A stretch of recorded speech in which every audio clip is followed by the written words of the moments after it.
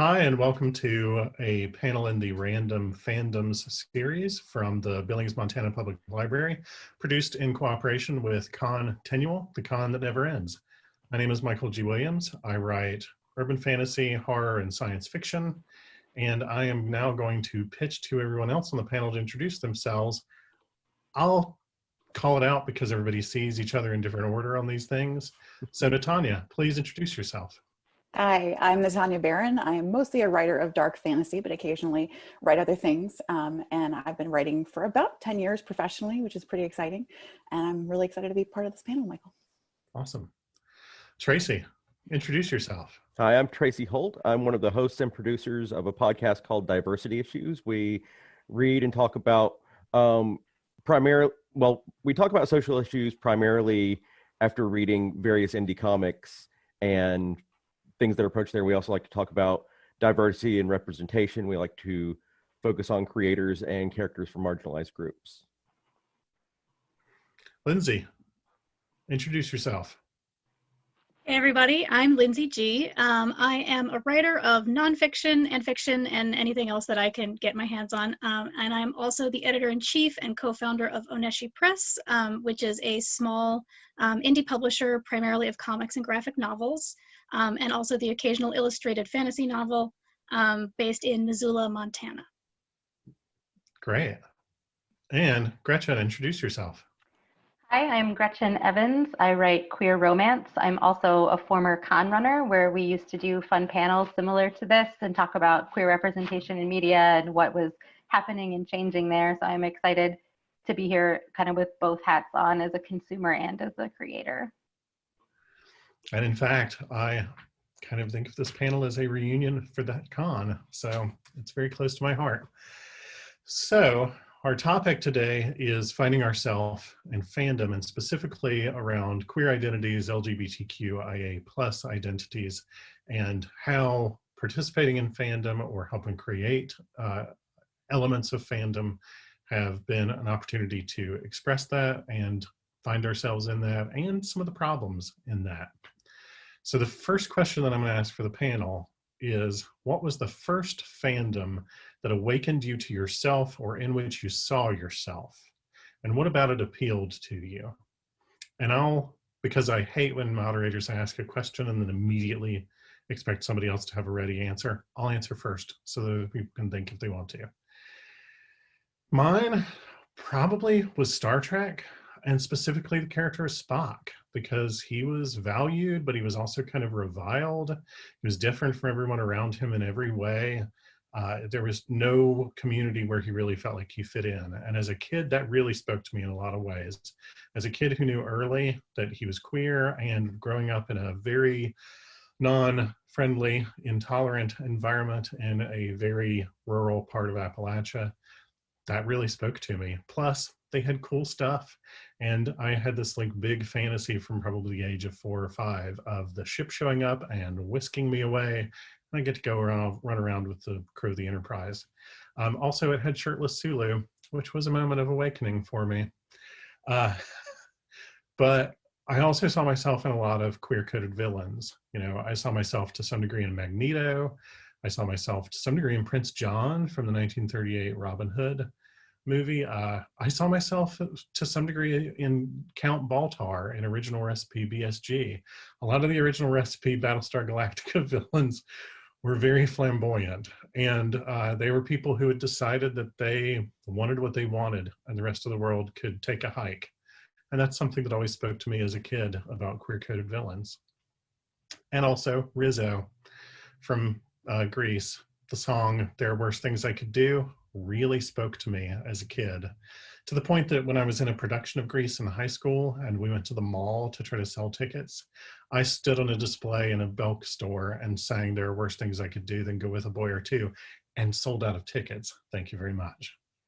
So those are some of the things that were my initial experiences in fandom that really allowed me to see myself. Natania.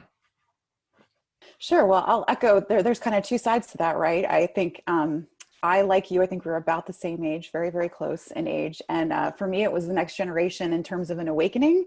I would certainly say as a bisexual individual, the Deanna Troi existing was a rather awakening for me, and kind of going, okay, I kind of dig Riker and I kind of dig her, and I'm really confused. And this is interesting as someone who took a long time to really connect all the dots, because I was just not in a, like you said, kind of not in an area that would have made sense for me to be out in that particular way. But I remember being like, 7, 8 years old and watching this and being like, I think she's the most beautiful thing I've ever seen in my life.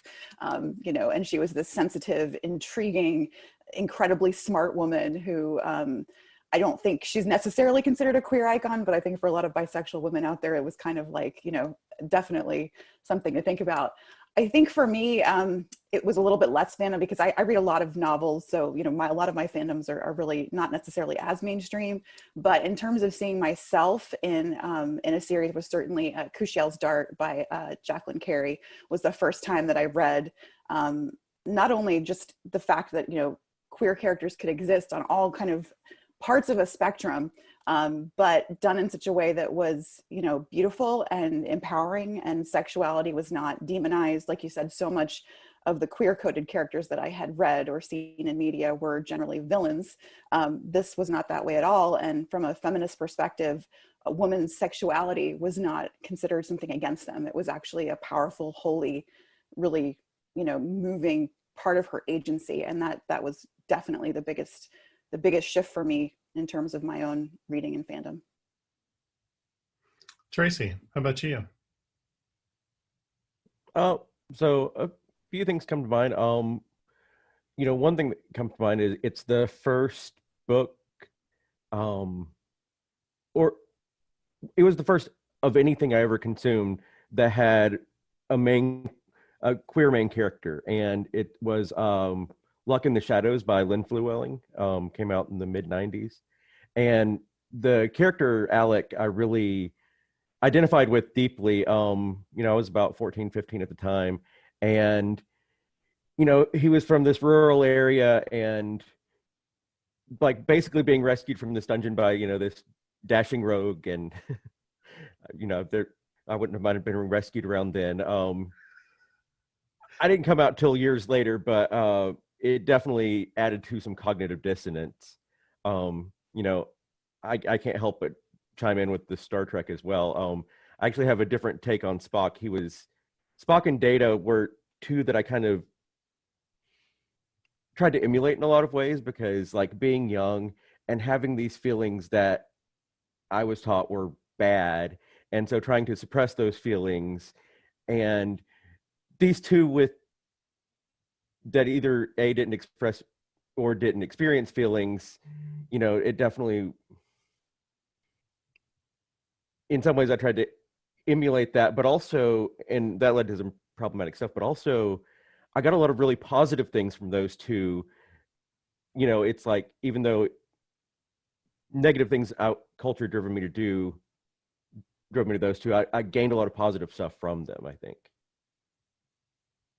Yeah. Lynsey, how about you? Well, I'm just going to dive right back in with Star Trek. I had a very I feel like similar... this could be a whole other panel.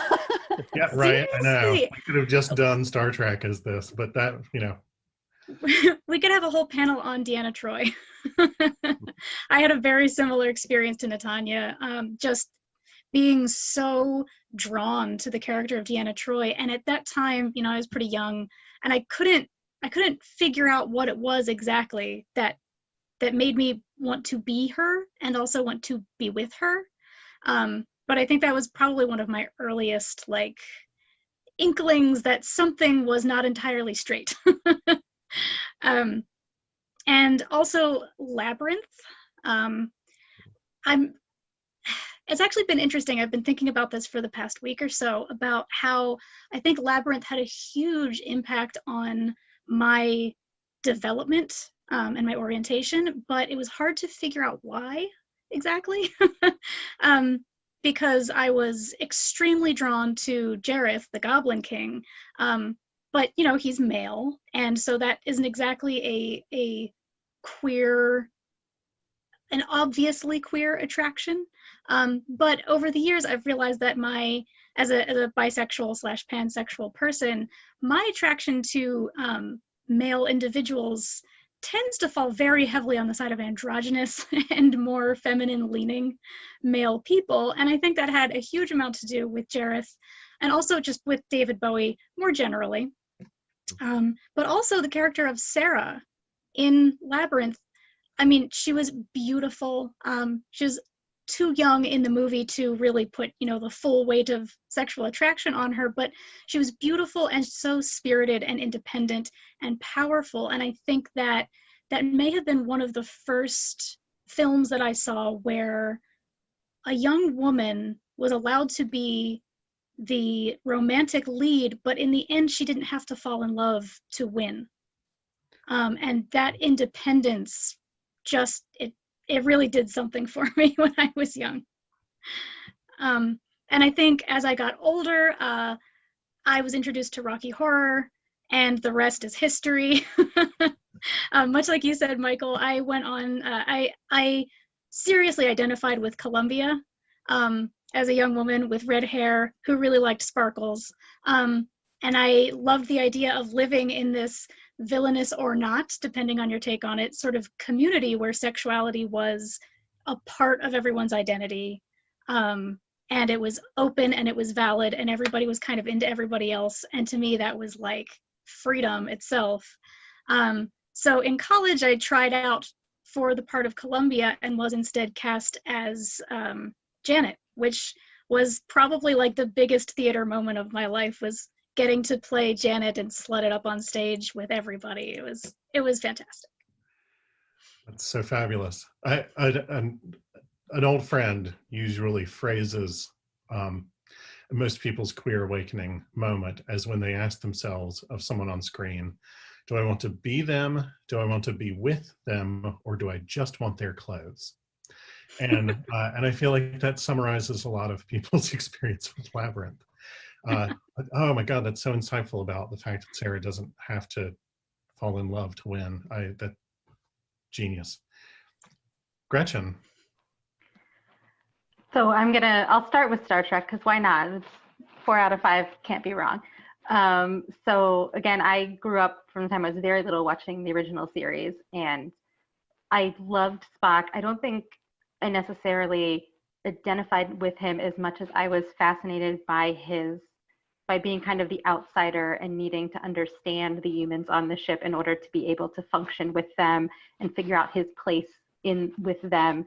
And then later with TNG, I felt the same way about Data. And it wasn't until many years later that I thought, okay, I always felt a little bit separate. So I always felt like I was watching rather than participating in a lot of things in a way that Spock and Data were often doing, so that they could emulate or not, or figure out where they needed to fit in that way. And I think that when I was very young, before I maybe realized my own queerness, that was part of what I was doing there.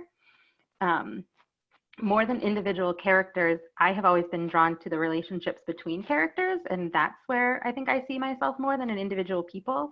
So like, for example, I love Spock, but without Kirk there, he loses something. And without Spock, Kirk loses a lot of interest for me personally. But these moments where Spock was, repressing emotion, very logical, but then something's going to happen to Kirk and he immediately yells Jim and jumps in front of him. Like those kinds of things where it was romantic or platonic, or it was just a strong feeling of comfort and acceptance and love. Those are the things that I really was drawn to growing up. And then when I got into the mid-90s, where I was realizing, because I also realized fairly young that I was queer, I started watching a lot of shows where there were 2 male leads who were pretty much opposite of each other. So things like The Sentinel and Due South back then.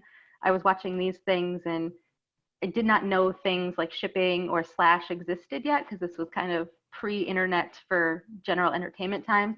And I was sitting there, I was like, man, they should be a couple. That would be great. Not realizing that all over the internet and in people's basements, people are printing zines about this very thing. I had completely forgotten about Rocky Horror until Lynsey mentioned it, which, geez, that's a big oversight. I remember I was in a video store with my dad when I was 12, and we're looking at videos, and I stopped and looked at Rocky Horror, and my dad's like, oh, it's a great movie. And I was like, I've never seen it. And my dad looks at me like I am nuts, and he's like, you've never seen Rocky Horror? I'm 12. So he rents it. We go home and watch it, and I was like, I don't get it. And then I re-rented it at 14, and I was like, oh, I get it now. So that 2 years of development turned this into, this is a strange thing I don't get, to I'm going to dress up like this all through high school and sing these songs. So. Wow, I cannot imagine either of my parents ever having even known it existed. That is amazing. That is remarkable. So my next question is kind of related, and it's possible that it could be read as the same question, but I intended to be different, which is that a lot of queer stories are found in subtext. You know, whether or not the author or the creator intended it, a lot of times we see queerness in stories as a subtext that is like not exactly explicitly on display. So what's a story that you can recall encountering and thinking, oh, this is about me specifically, but either they don't know that when they wrote it, or they didn't want anybody else to know that, but they wanted me to be able to see myself in it. And again, I'll go first to try to give a sense of what I'm going for with that, which is, for me, it was Interview with the Vampire, which is possibly a really stereotyped answer for the average queer guy who likes horror. I don't know. But that sense of like they were marginalized and they more or less just wanted to be left alone to enjoy themselves in the way that they preferred. And they feel compelled to hide from a world that has made like no bones about the fact that it will happily hunt them down and exterminate them.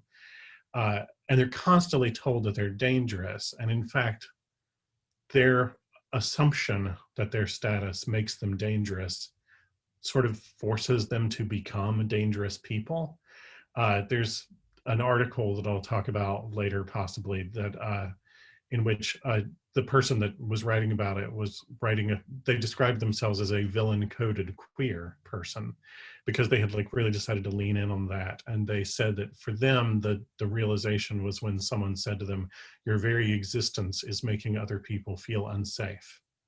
And there was something about that in Interview with the Vampire that it was like, oh, Anne Rice is talking to me. She's hoping that other people can hear this too and not catch that she's talking to me. But kind of in a way, she's talking to me.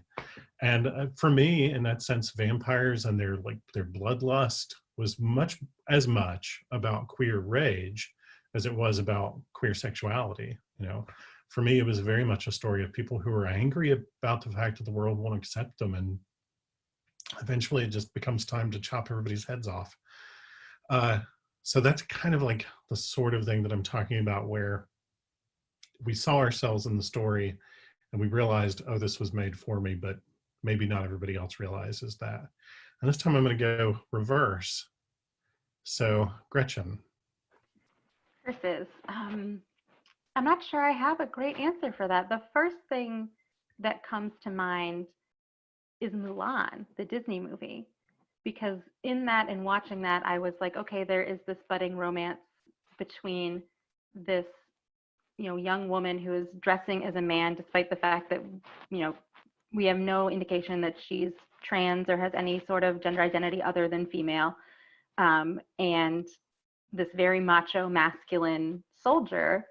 And in the end, when she's revealed, like, you can kind of see the soldier go, oh, that's why I felt that way. Okay, I'm into this. And the idea that there was this gender play in there, and that her gender, her presentation of gender flopping from one to the other, her even being the kind of person that would present their gender as something other than what they were assigned at birth. I really loved that as a kid. And I was like, I don't think other people see this way or read this way, right? They're like, oh, Mulan gets to take off her pants and be a girl again and everything is saved. But I was like, no, she can put on pants again and she can go out and fight with her soldier and still get married and still have, whatever dream that she wants. And this is great because he is not frightened by the fact that she has this sort of gender play going on. I love that as an answer. Lynsey, how about you? Yeah, this is a tough question. but I'm kind of going through the things that I loved growing up and kind of finding that each of them kind of fits this. But I think probably one of the earliest ones is Sleeping Beauty for me. I became obsessed with the movie Sleeping Beauty when I was pretty young because I desperately wanted to be Maleficent. Um, and there's absolutely nothing in Sleeping Beauty that's anything but heterosexual. Well, with the exception maybe of the three fairies who live together, but they're older and not really presented. I don't really know. But they're not who I'm talking about. Maleficent, to me, was this powerful, powerful female entity, who obviously extremely evil also, but she was so beautiful. And to me, it felt like this character couldn't possibly be this gorgeous, not on purpose.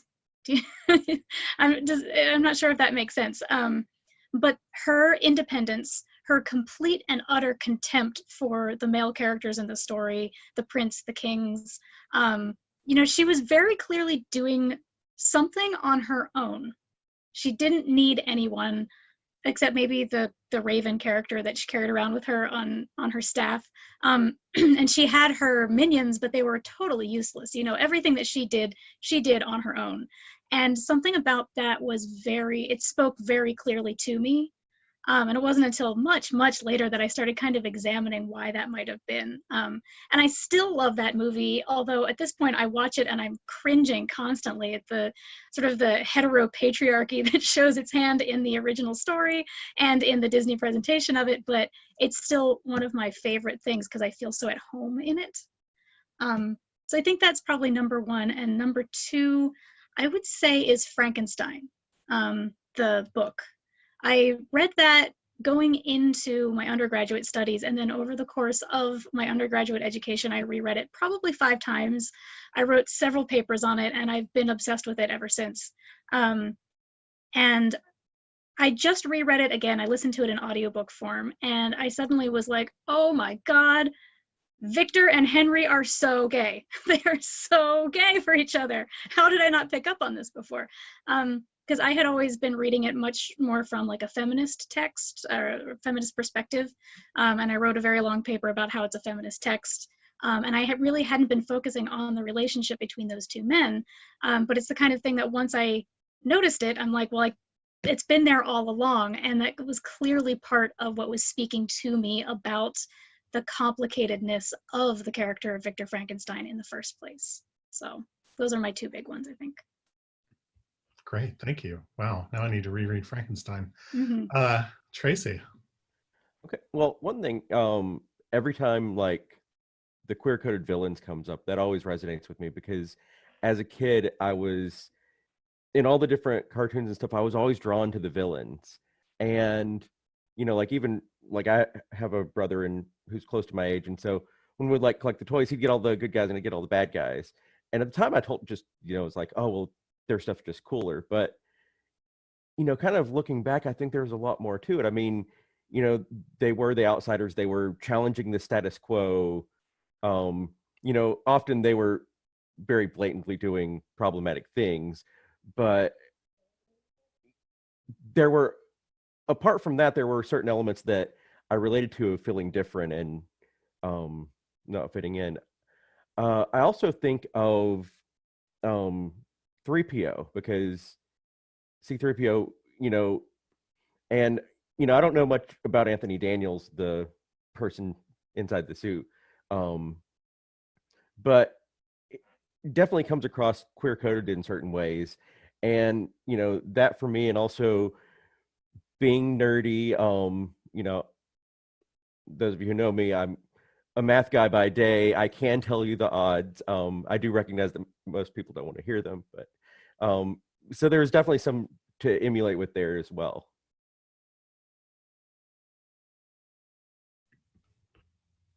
Natania. Okay, there we go. Sorry, my unmute was not unmuting. Now it's unmuting.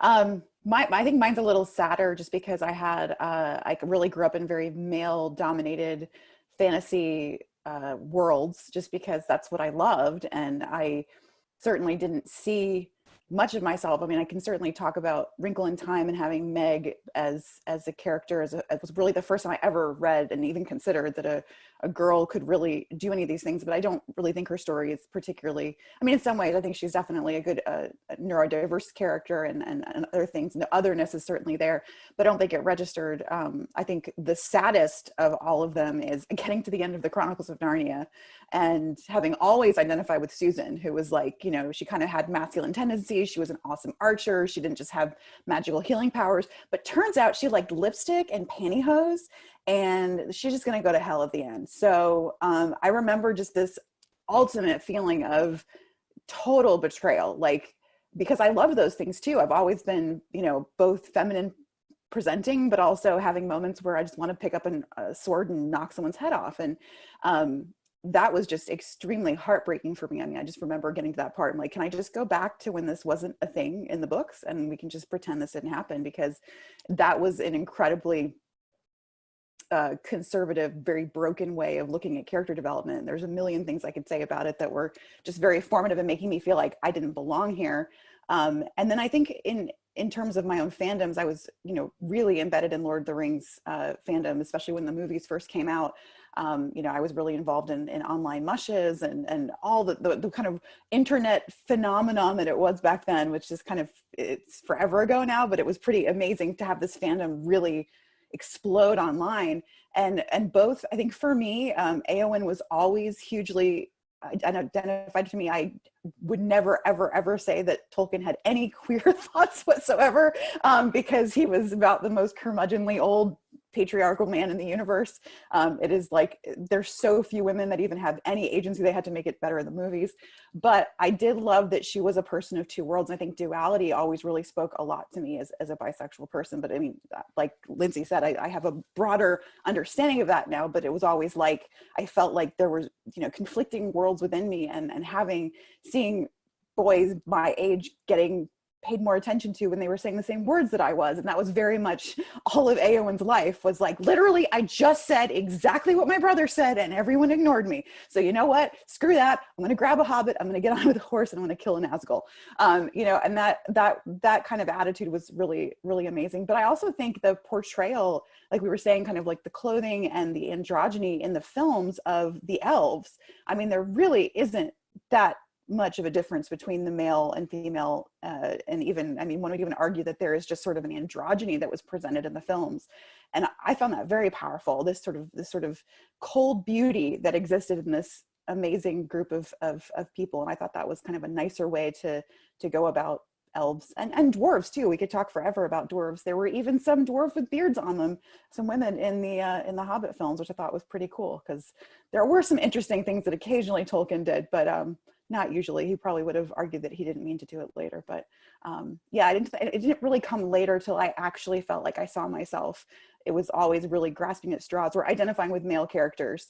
I think I loved Merry and Pippin to death, and that you know, they were sort of this hectic, you know, joyful, accident prone semi-heroes, and I loved that. But yeah, that's kind of where I am. Mostly disappointment. That's very understandable. You know, Tracy, you brought up queer-coded villains and like seeing a lot of queerness in that.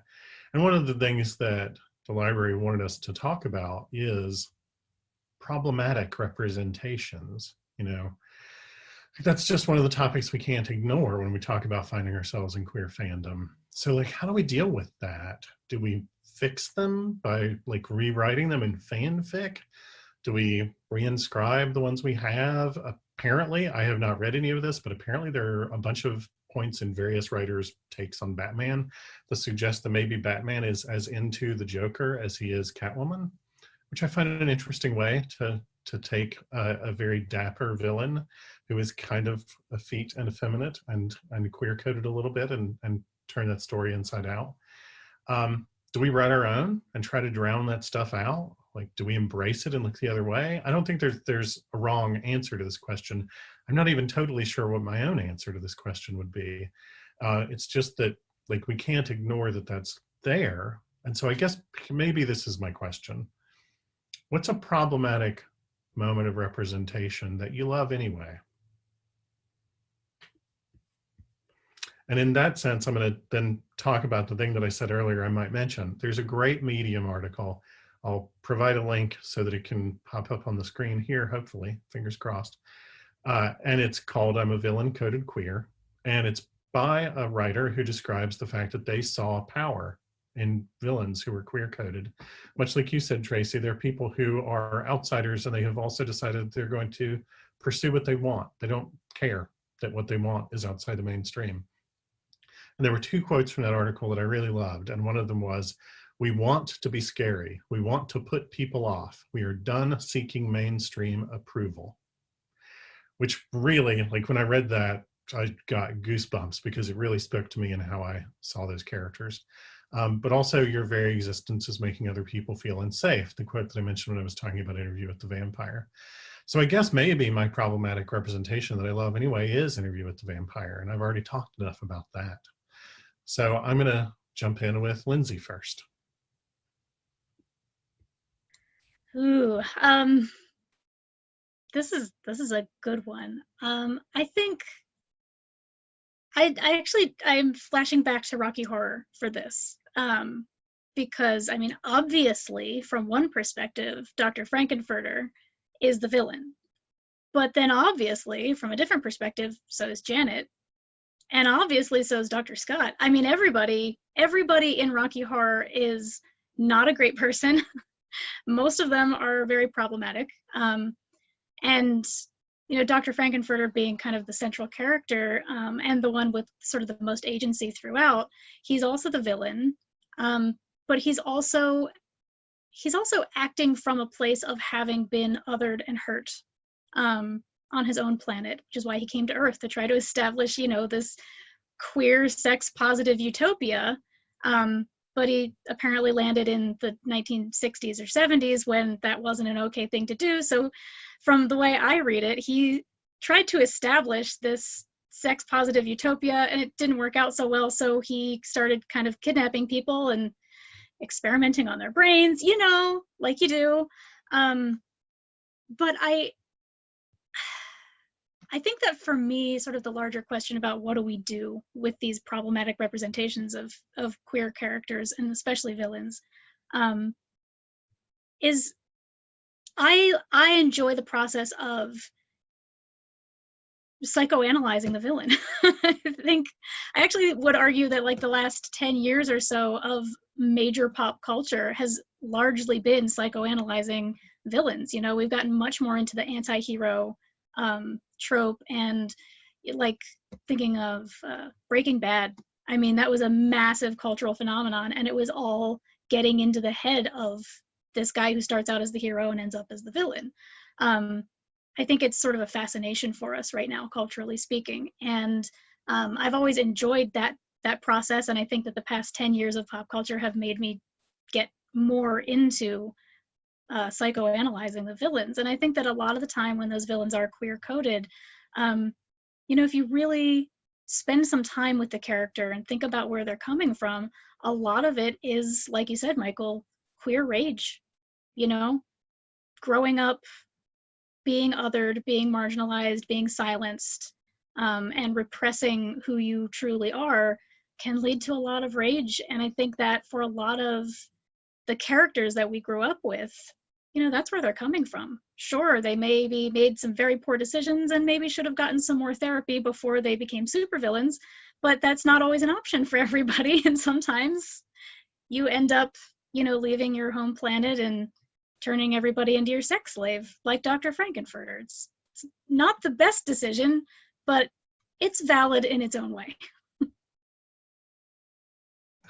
It's definitely like, it's an unusual take on how to conduct one's life, and it speaks to his priorities. I love psychoanalyzing the villains. Tracy, what about you? What do you do when you encounter a problematic representation? You know, that can be a tough one. I mean, it partly depends on the time frame. Because one thing, like one example I think of, and I was having a discourse with a friend about this on Facebook recently. So they recently announced that Discovery in their new upcoming season is going to have both a trans and a non-binary character.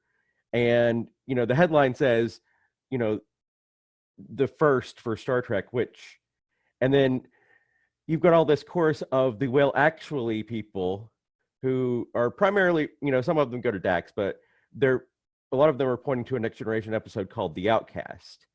And, I think this episode was pretty progressive for its time for around 1990.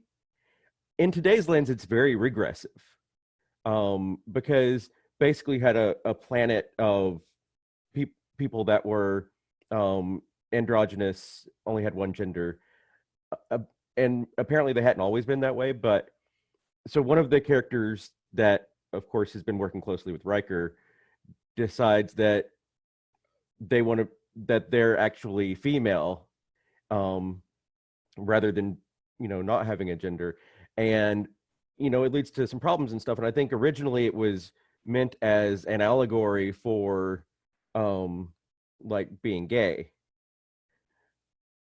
and in that way it was progressive. But they didn't think at all in 1990 about trans people and non-binary people, and how this episode represents them very poorly. And so but that episode, I try to look at it in the context of its time and not write it off completely based on today's lens. And I think a lot about that in terms of queer coded characters and subtext in general. Like something that has come out in the last few years. There's no reason for queer coding. There's no reason for subtext. It just needs to be out there. 20 years ago, 30 years ago, if it wasn't subtext, it wouldn't have been there. And so I try to look at the context of time, in part judging.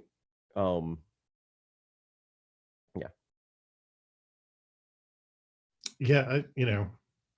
think that it's these days, I think you're right. There is absolutely no reason for subtext, and it's sort of, I'm going to just go ahead and be judgmental and say it's kind of cowardly when creators lean on subtext these days, because they could just put it on the page. Natania, what about you? What do you do with problematic representations? Yeah, I'm echoing a little bit of what Lynsey and Tracy both said, is that there's been a lot of change very quickly in the last 5 to 10 years. And the first one that always comes to mind about the worst to me is in Outlander. And I loved Outlander when it came out, but the villain is not only pretty much the only queer person, but his queerness is a function of his villainy. And that's just inexcusable to me. Yes, there can be queer villains, and their queerness can be a method of hurt or torture. You can do that, but when it's literally the only person who is queer presenting, that is not okay. And that kind of majorly turned me off to that series. I hoped in the show that they would kind of, and I think they toned it down a little bit, but it still just does not have that depth of trueness to me that is required. It's very much kind of the opposite of almost what you see with the post publication of Harry Potter and the like, oh, by the way, Dumbledore is gay. We just didn't want to go ahead and say it because that might have been, I don't know, hugely meaningful to millions of children who felt ostracized and had to figure out like which character was maybe secretly gay. Not to go in that department, because we could talk a whole other series about Harry Potter and queer coded characters. But it's a similar thing to that. I think a lot about mainstream, because having 2 kids myself, that's where they're getting most of this stuff. And there's a lot that's kind of in subcultures, and certainly a lot more books out there, big series, but it takes a while for that to kind of permeate the big time. I think Marvel, Loki is someone that I always identified with just because he's fabulous. I think he was done a major disservice in the series ultimately, and I know that they set him up for his own series and everything, but it's almost like once he kind of had this really interesting redemption arc, then he was just systematically destroyed, which is such a thing that happens with queer characters anyway. It's like, oh, you finally you like your brother now, you've made reparations, like you're no longer a practical Nazi. That's awesome. Now we're going to just murder you in like 3 seconds, this like major character. And then you have the, oh, by the way, Valkyrie, you could be a king or a queen at the end. And it's like, you know, that's just such a disappointment for me, especially superheroes have such an amazing area to talk about queerness and otherness. And it's getting there, but it's such baby steps that it's almost like, I don't want to say it's not worth it, because it is important for people to hear that. And it's so much more than what I saw when I was young, but it still feels like such a throwaway when we know how much the population is here and how much the population is so, like you said, loving the subtext and really absorbing this and identifying with this. I mean, I have a Loki sticker on my car, you know, it's like, there is just something that made sense to me about this, you know, irascible trickster character who in the canon is as queer as you could possibly get. Like, I mean, seriously.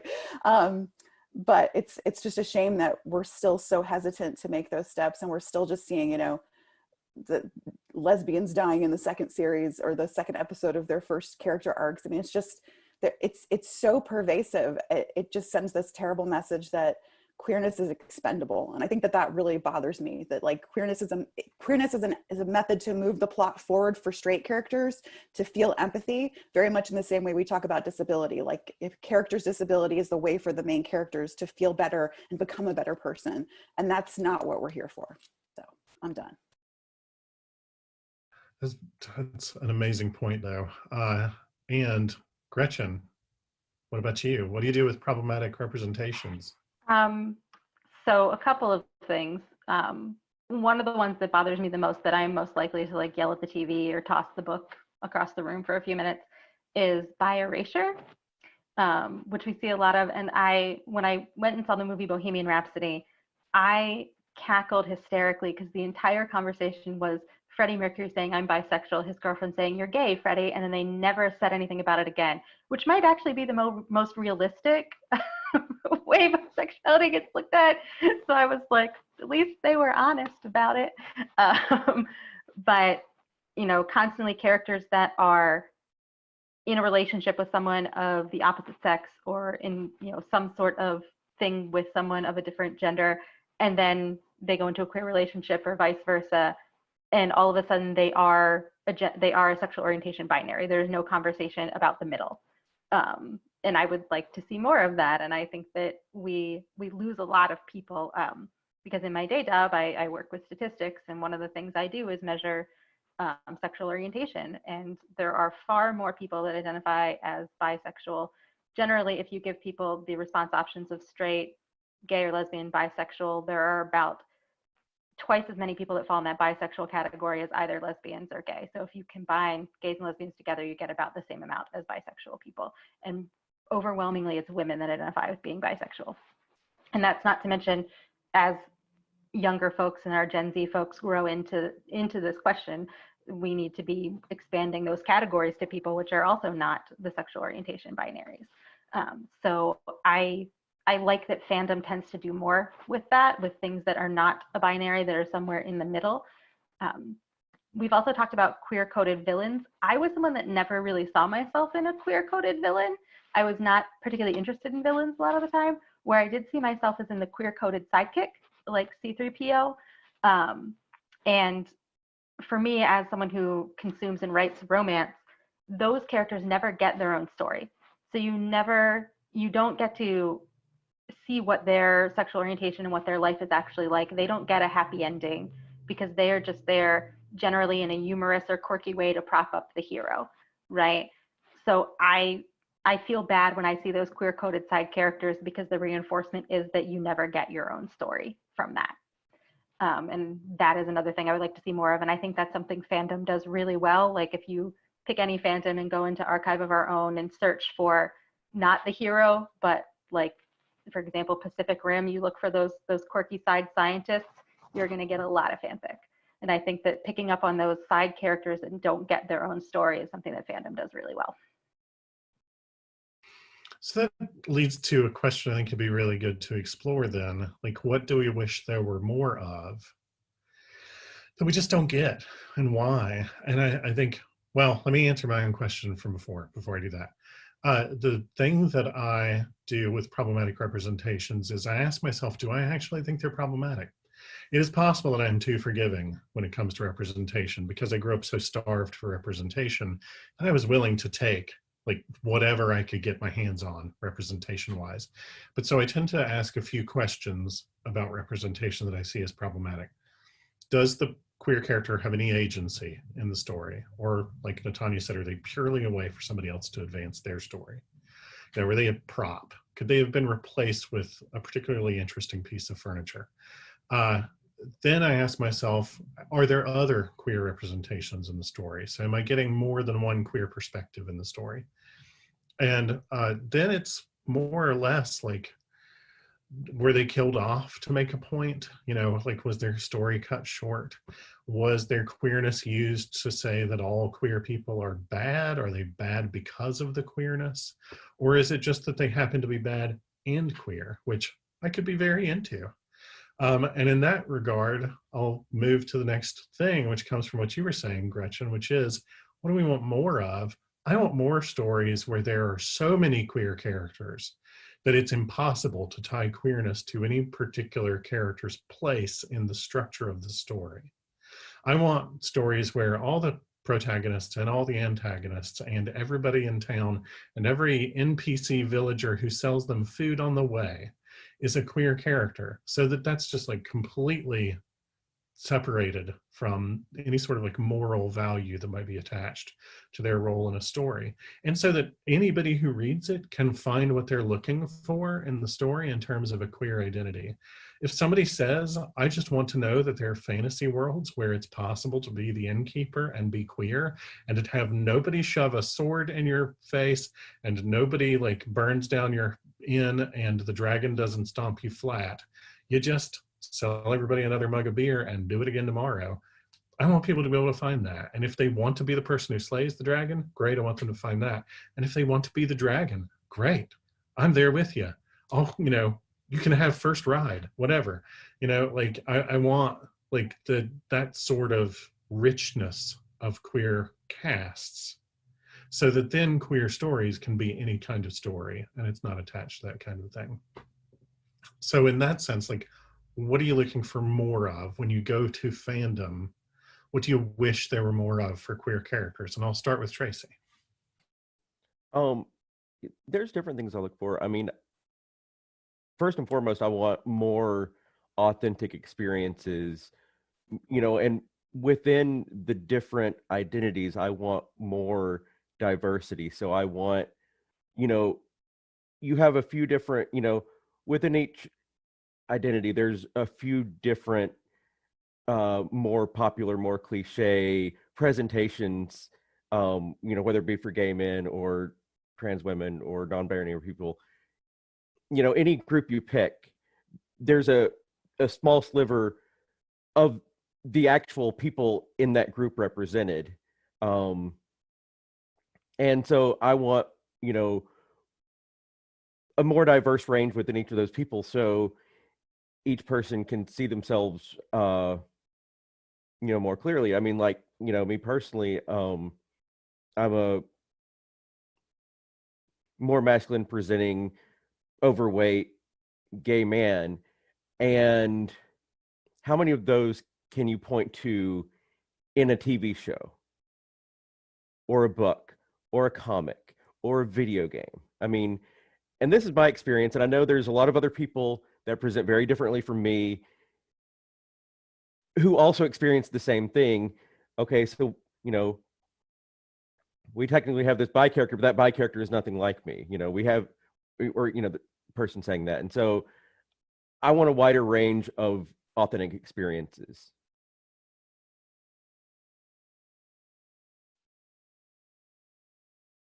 What about you, Lynsey?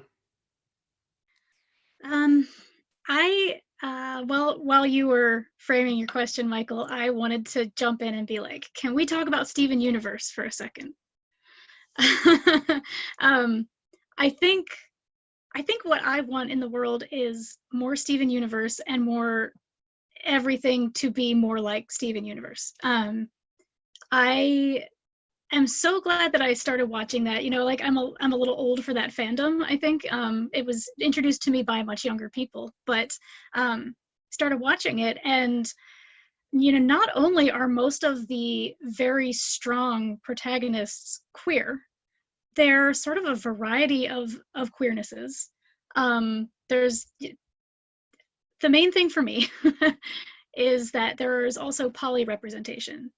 And as someone who is polyamorous, that's just, it's just something that you don't see. You don't see it represented anywhere. And when you do, it's almost always this problematic, people are fighting, it's dramatic, or people are just trying to figure out how to be monogamous, although they clearly want to have more than one partner.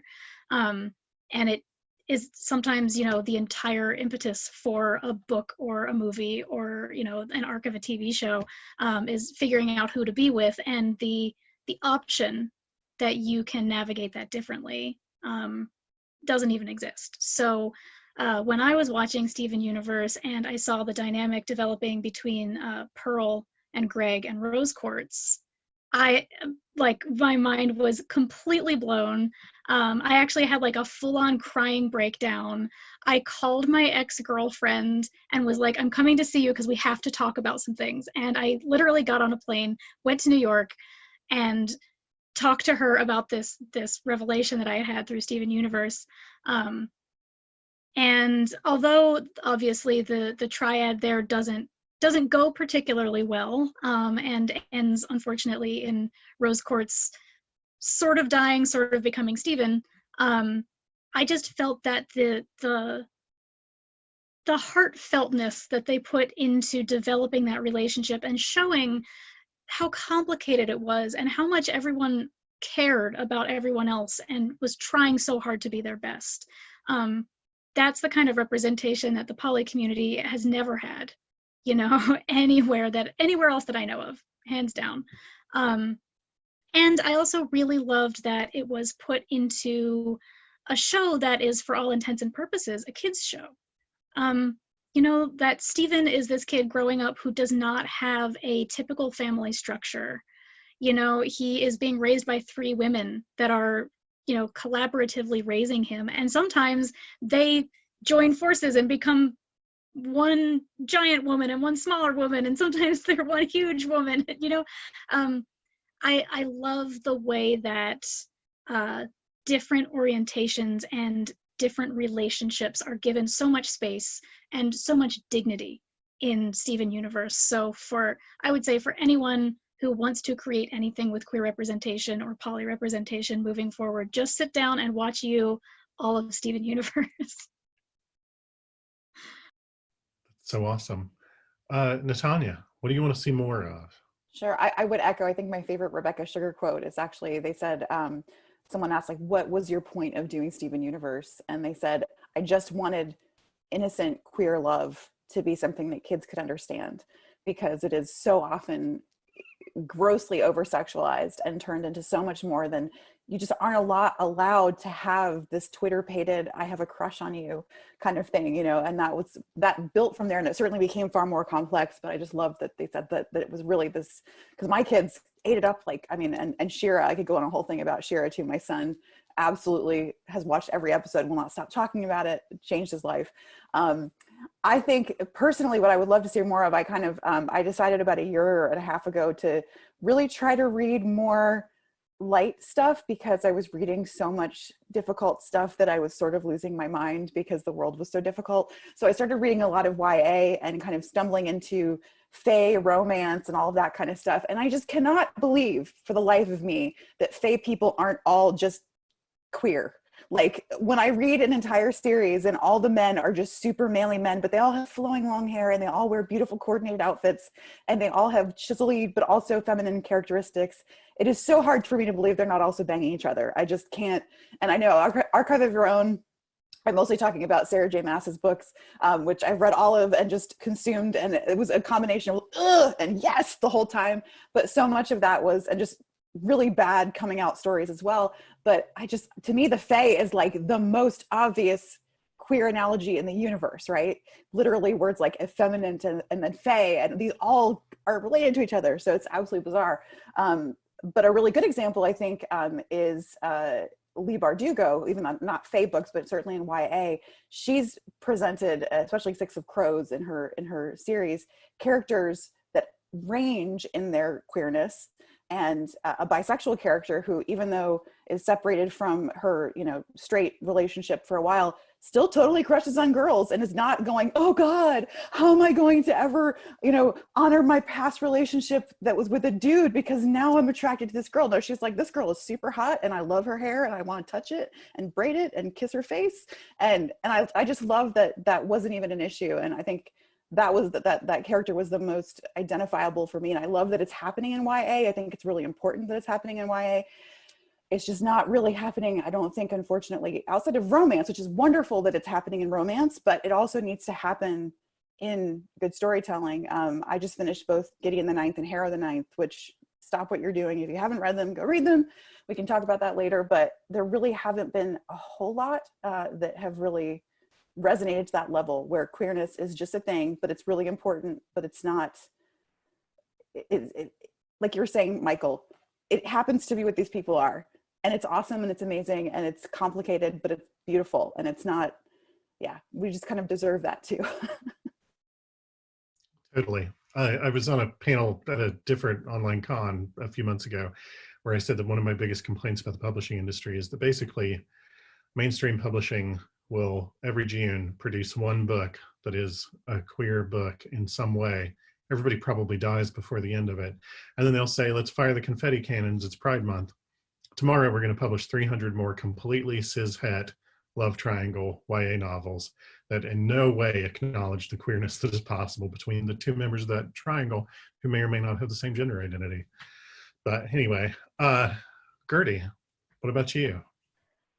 So what I want more of and what I turn to fandom to find more of tends to be things that are not commercially viable. Like you're saying, like we get one queer book a year and whatever. And that used to be a lot of just queer relationships and queer topics, and that is changing. We are getting more of that, both mainstream and really the internet and ebook publishing allowed this burst of things that didn't have to, sell 1 million copies to be considered commercially viable. You could cover costs in a much less strenuous way, and you got more diverse voices that way. But what I think doesn't make a good commercial story is something that doesn't have conflict and doesn't have angst. But that's what I want sometimes. The world is hard, as Natania said, right? So I can go on AO3 and read 1,000 coffee shop AUs where it's just about sweet falling in love and that's it.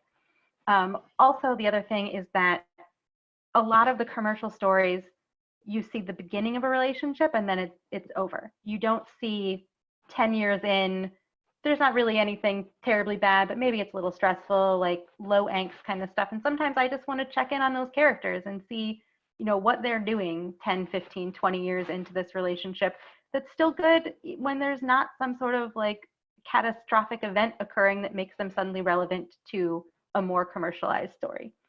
So that's what I tend to go to fandom for, because I know that I'm not going to be able, at least right now, to buy a book that has that kind of storyline.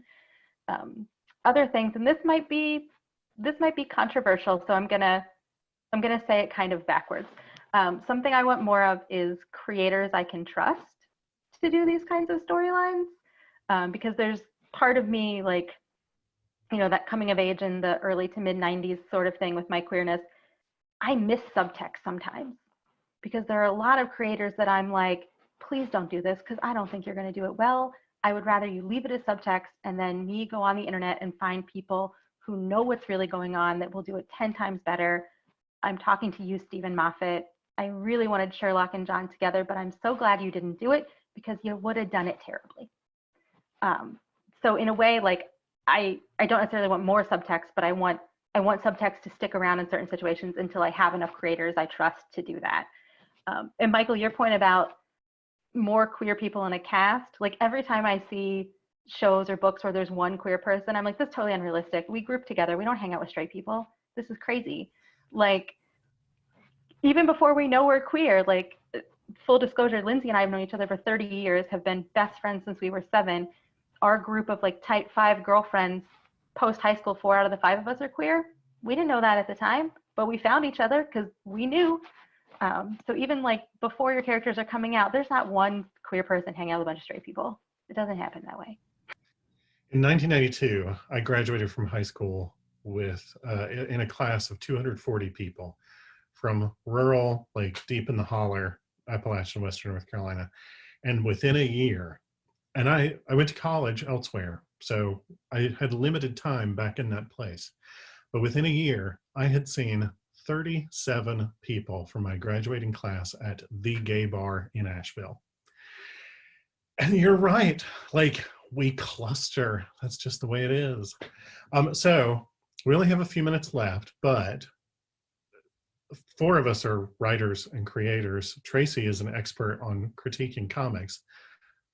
Tell us about the stories that you write and what makes them queer, and especially what it is that you want other people, particularly queer people maybe, to find in those stories. Like, what is it? What's the queerness that you're putting into those stories for them to find? And in Tracy's case, I'd really love for you to tell us about a comic that you wish more people knew about. And so, again, I'll go first because it's unfair to ask complicated questions and then make somebody just be like on the spot about them. I write horror, urban fantasy, and science fiction. Everything that I write has queer characters. Almost all of it is told first person from a queer character's perspective. And usually what I want other people to find is the experience of feeling like they are perpetually on the outside looking in, and then finding their people in the course of that. You know, I was somebody who, it felt like it took me a long time to find my people. And that experience eventually was really good for me. And so I want people reading those stories to recognize that experience of feeling like they don't belong or they haven't found their people yet, and then they do find that found family. Everything I write is ultimately about found family in that sense. You know, and I have a horror series about a guy who became a vampire in the 1940s because he was queer and he had been told that made him a monster, and he decided he would show the world what a monster was. And then in the 2010s, he makes friends for the first time, you know, and he has people to go hang out with and people to invite over. And that sort of stuff is really precious and valuable. But like you said, Gretchen, it's not high drama. And so like the novel has all this like high drama stuff, but the entire time I was writing the series, what I was just desperate to get to was the last scene of just him hanging out on his back porch with a friend, and like the world is saved, and now he can just like have a life for the first time in decades, many decades, maybe a century of being alive.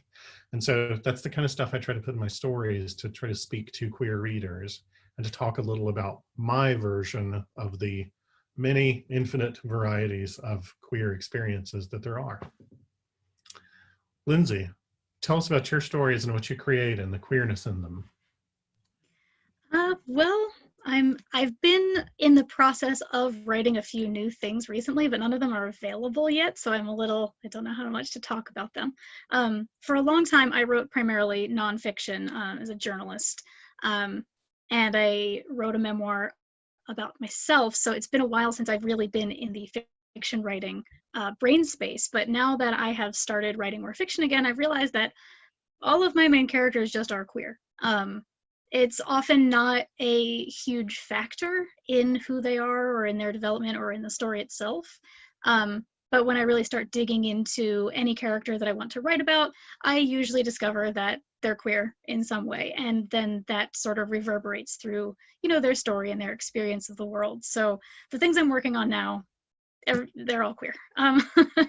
The story that I think I should talk about most here, without getting too far into it because it is adult in nature, is Tracy Queen, which is an ongoing graphic novel that I'm publishing serially. So right now 2 issues are out. There are 6 more to come.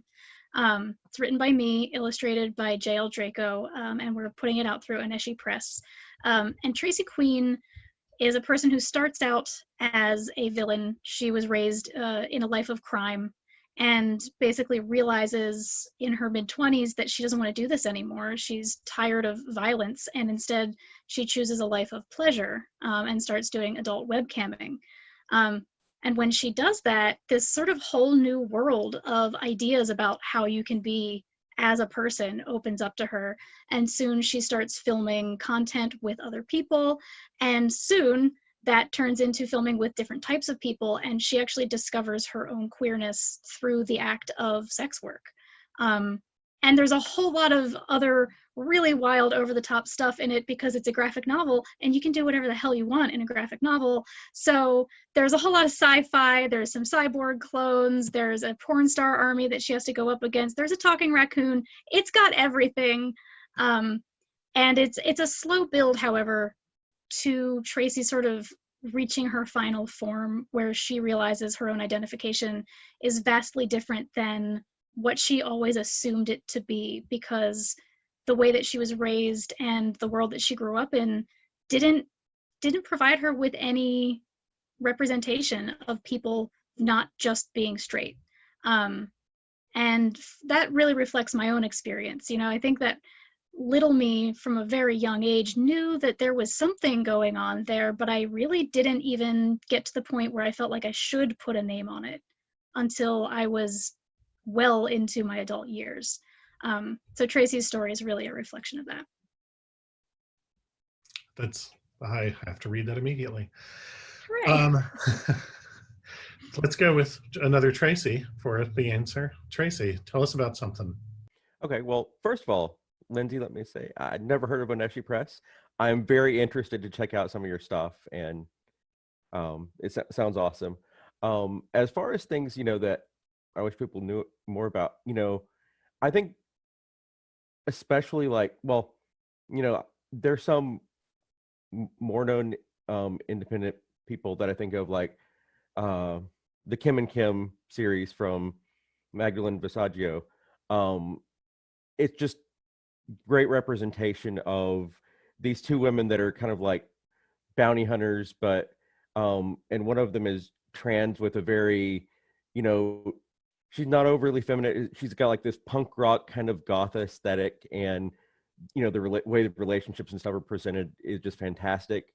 But even going smaller than that, I want people, to know more about smaller indie artists. Like I think of a couple of books. One of them is one that I backed on Kickstarter, and I don't know how widely published it is. It's called "We Have to Go Back" by Jordan Alsaka. And this story is it's this story about two women in this kind of post-apocalyptic setting where they have went off to this cabin in the mountains, and the story is just so real and so touching. And I wish there were more stuff like this, more mainstream, and so I want stories like this to get out there. Another one I think of is called Strange Lore, and I'm having trouble remembering the name of the writer and artist offhand, but it's like it's a bit of a super powered person story, but it's also this gay romance in a small town and in the South, and it hit some notes for me. And both of these I've talked about in podcast episodes, so if you go through our back catalog, you'll hit some of them. That's awesome. Gretchen, what about you? So kind of recurrent themes I have seen in my work that come out. Found families, again, is a big thing. And kind of adjacent to found families, finding a place in the community as well, which isn't necessarily always the same as found families. And I have the first two books out in a series that is contemporary male-male romance, where it's based around a hookup app and how this app leads people who are maybe not in the queer community, which tends to be very cisgendered white gay man under 35 in a bar kind of thing, how this leads them to finding each other, and how relationships come out of something that is not necessarily intended to build relationships. So there are a couple of books out in that at this point, and I have more planned for that one. And I think part of that does come from being a bisexual woman, where especially a bisexual woman with a male, cisgendered male long-term partner. Like, I go to Pride, I know people think I'm straight. Like, okay, fine. But that idea of finding place in the community, especially when maybe the community isn't built for you exactly, or the community that gets presented isn't built for you exactly. So that's one. The other one is kind of low angst, happy ending, slow burn kind of stuff. I do historical lesbian romance as well, in part because it's kind of easy to do historical lesbian romance. But the way it's easy also takes a lot of the conflict out of it, because so much of historical gay romance for men is that this is a thing that was not allowed and it's very obvious and you're going to get in trouble. I mean, spinsters live together all the time. Nobody blinked an eye at it, right? So kind of finding a story in there tends to be something that is very introspective and slow and focused on character growth. So that's another kind of theme that I tend to write, is how women sort of slid under the radar into these relationships that then were discounted publicly, and what that might have meant to them privately. So true. Natania, tell us about your work. Sure. So this one over here, These Marvelous Beasts, is 3 novellas, and all the main characters are queer in some aspect or another, but it's 100% about found families. It's also about romance. I love unrequited love. And so 2 of the main characters, one absolutely loves the other woman, and it's just not going to happen because sometimes you just don't fall in love with that person. But both of them have love stories that are queer stories that happen later. And I really wanted to play with that trope of like, oh, you're both lesbians? Well, here, you guys can date each other because that's perfect, right? But it's much more relationship based. All the characters, the whole series is really about the interplay of the people together. Like, there's an ex who ends up with somebody else. And like Gertie was saying earlier, it's about where you put the lens on the story, because a romance is not, I don't like books that culminate in a relationship. To me, that's not a story. That's just a plot point. And so I really wanted to play with this idea that these characters live for hundreds of years. So they, of course, they know people that they were in relationships before, and they had storied difficulties, and someone's not over somebody. And it's so much more complicated than it looks on paper. So it's much more fun and kind of, it's definitely witty and rollicking. It's not as serious, but they're all monsters too. So you get to have the supernatural element. And then I think my other stories definitely fall into the self-discovery category. So my first novel up here, Pilgrim of the Sky, is very much about the main character who's bi and it's pretty open about it in the series, really discovering who she is and finding a found family. But there's a lot of responsibility in that, because she finds out she's ultimately a very powerful person and has, abilities that are beyond just this, and her queerness is definitely a part of that and part of her understanding that.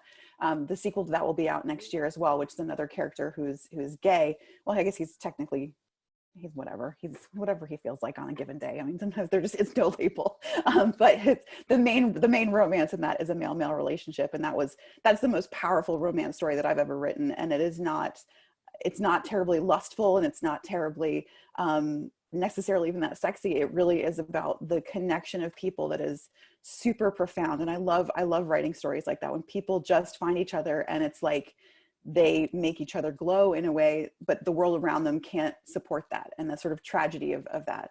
And then my book coming out in December is Queen of None. And on first glance, it doesn't seem like it's a queer story, but it definitely is. I can't give away too much of it. But one of the things, again, is I wanted sort of the structure of, it's in Arthuriana, so it's in Camelot.